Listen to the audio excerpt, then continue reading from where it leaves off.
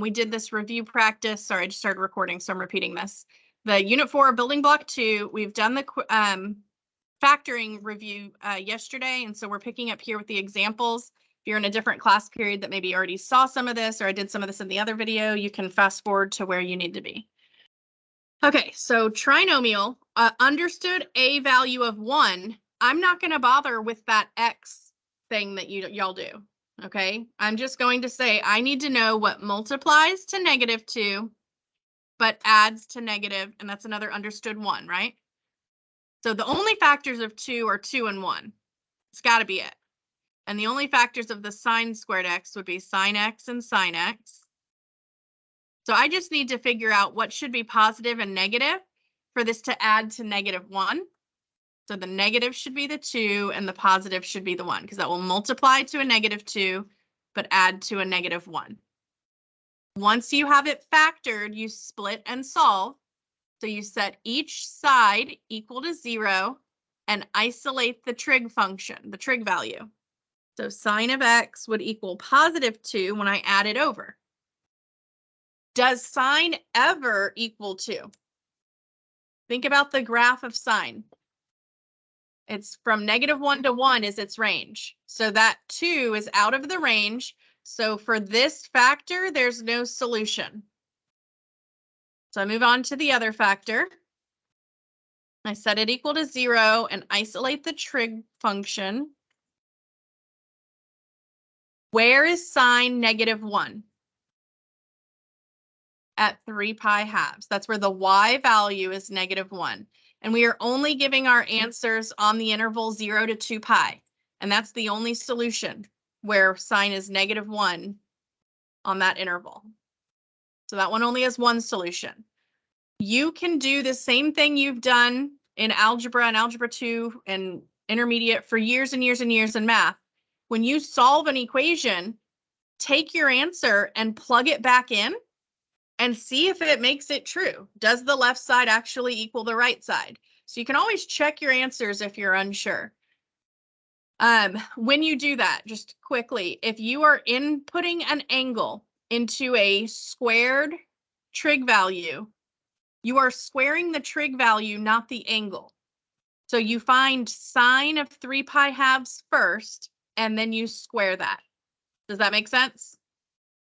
If you were going to plug that in and check. This one is a little bit easier. There's no trinomial. I can just do GCF factoring. Both terms have sine x. Okay, so I factor that out. I'm dividing it out, and I'm going to put what's left when I divide. That would be sine x for the first term and just an understood 1 for the second term, because anything divided by itself would just be 1. Now it's ready to split and solve. So here the trig function's already isolated because there were no coefficients or constants with it. Over here, I would just need to add the 1 over. So where is sine 0? At 0 and pi. I do not need to write 2 pi because up here in my interval, notice 2 pi has a parenthesis. 0 has the bracket. That's the same location. Those are coterminal, so we don't have to list both answers. That's why one has a parenthesis and one has a bracket. And then where is sine +1? At pi halves. So this one has 3 solutions, and you could plug any of those 3 in here, and this would come out to 0.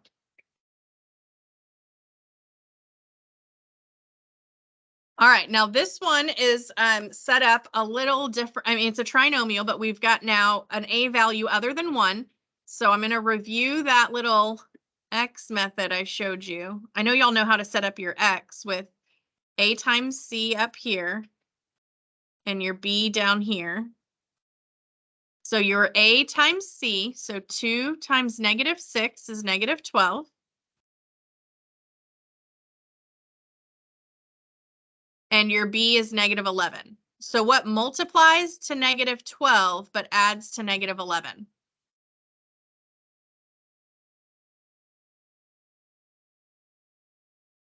Okay, if you want to make sure you know that this is positive, you're welcome to put a plus sign in front of it, but you don't have to. Now, the shortcut that I introduced you to yesterday, you take whatever it is that is being squared in the trinomial, the squared term, okay, but not the squared, just so the 2 sine of x. Trying to highlight without getting the squared. The term that has the square on it, that's the term that you put over both of those numbers. So I'm going to put 2 sine of x here, 2 sine of x here. Now, if the fraction can be reduced, you must reduce it. So what does 2/12 reduce to? Yeah, so that's going to be a 1 up there, and then this is going to become a 6 down here. This one doesn't reduce. I mean, it divides, but we have to have something in the bottom, so we leave the 1 in the bottom. So the first factor will be sine of x minus 6. And the other factor will be 2 sine of x plus 1.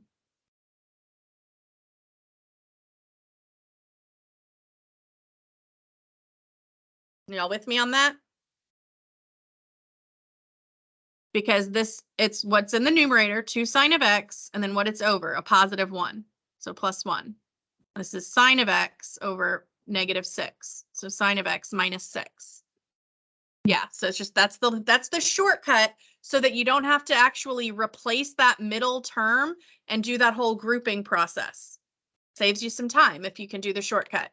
You don't have to use the shortcut. You can keep doing grouping if you're comfortable with that. So then it's ready to split and solve. So on this side, I'm going to have to add the 6 over. So I end up with sine of x equals 6. That's similar to what we set up here. 2 was out of sine's range. 6 definitely is out of sine's range. So there's no solution for this factor, or from this factor, I should say. But over here, I would end up subtracting the 1 and then dividing by 2. So I get sine of x equals negative 1/2. So where is sine negative 1/2? So where's sine negative? What quadrants? So I'm going to have solutions from those 2 quadrants, 3 and 4. And at what reference angle is sine 1/2? At the pi 6th reference angle. So it's the pi 6th angle from quadrant 3 and 4. So I've heard several people say it. So it's 7 pi 6ths and 11 pi 6ths.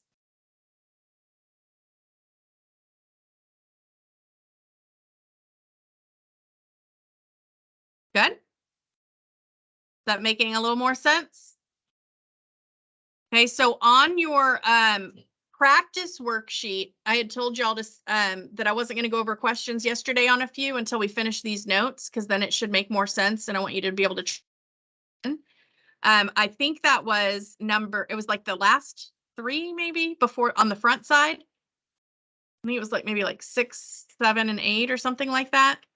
That would end up as trinomials, and then also one of them at the top. I think it was number 3. Were those the right numbers? Does anybody have it in front of them? I can go and pull it up. Let me see. 4.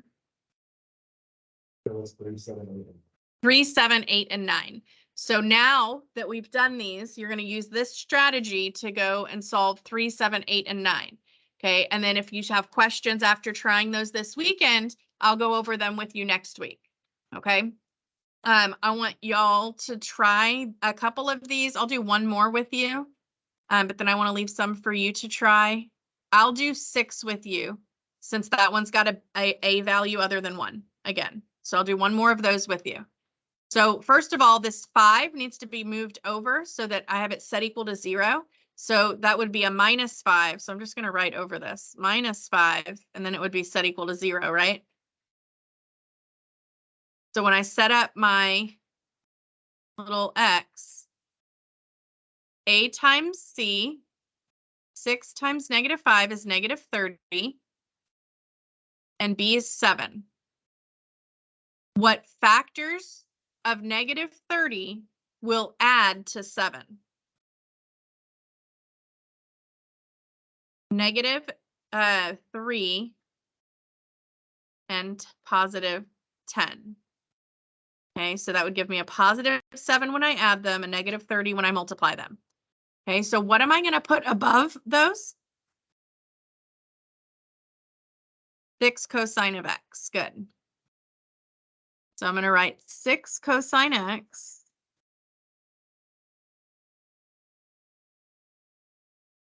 Okay, so over here they reduce. So 6 over 3, what is that? That's a 2 over 1, right? We have to have something in the denominator. Okay, so I'm going to put, I put the understood 1. Over here, 6 over 10 reduces. What does that reduce to? So that's going to be a 3 over a 5. Oh, no, I did it right. I started to think I wrote the 2 and the 1 backward. Sorry. Brain fart for a sec. Okay, so this factor from this shortcut, what's this factor going to be? 2 cosine x minus 1. And this factor? Good. And we're going to set each of those equal to 0. This one, I would add the 1 and divide by 2. So I get positive 1/2.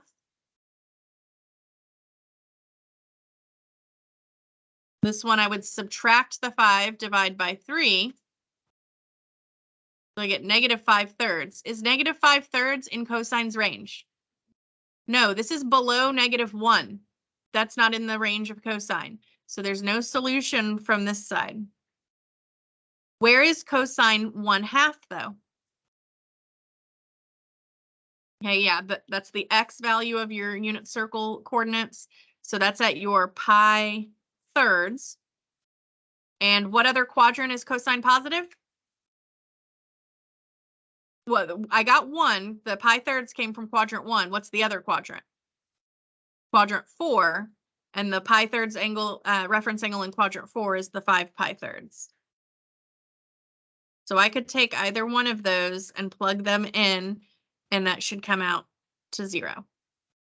I think mine has a typo here, third period pointed out. Y'all's is correct, right? It's sine squared x minus 7 sine x. Okay. I don't know why it didn't get fixed on my copy. So that one is trinomial factoring for y'all to try. This one doesn't need any factoring, but what are you going to have to do as the last step to isolate secant? You're going to have, well, you could do difference of squares, or you could move the 1 by adding and then take the square root, but you have to remember the plus or minus. If you don't remember the plus or minus when you take the square root, you're only going to have half of your answers.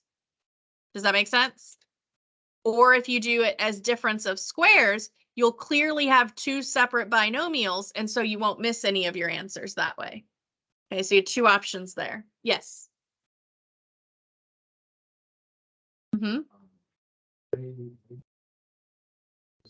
It's what's in the numerator. So when I reduced, the 6 over 3 reduced to 2 over 1.